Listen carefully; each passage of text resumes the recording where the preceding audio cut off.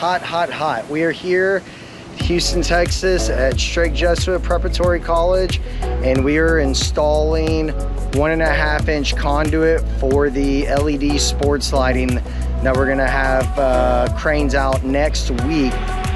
So the benefit of boring is that we get this pipe underground using this machine that's behind me, and we won't have to trench, meaning we won't have to tear up the field. And so this is a really good feeling that we're gonna be able to leave the job site today super clean with only a few punctures in the ground, but yet we're gonna have over 1,000 feet of conduit installed underground.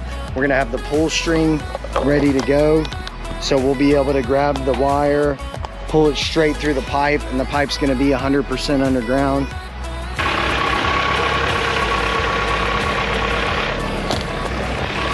The advantages of boring over traditional trenching are huge. Now for this project, the biggest factor is safety. So what we're doing is we're gonna go underground 3 feet. We've got a very small penetration hole, and we're gonna run up to 1,100 feet total with this boring machine today with 1.5 inch pipe.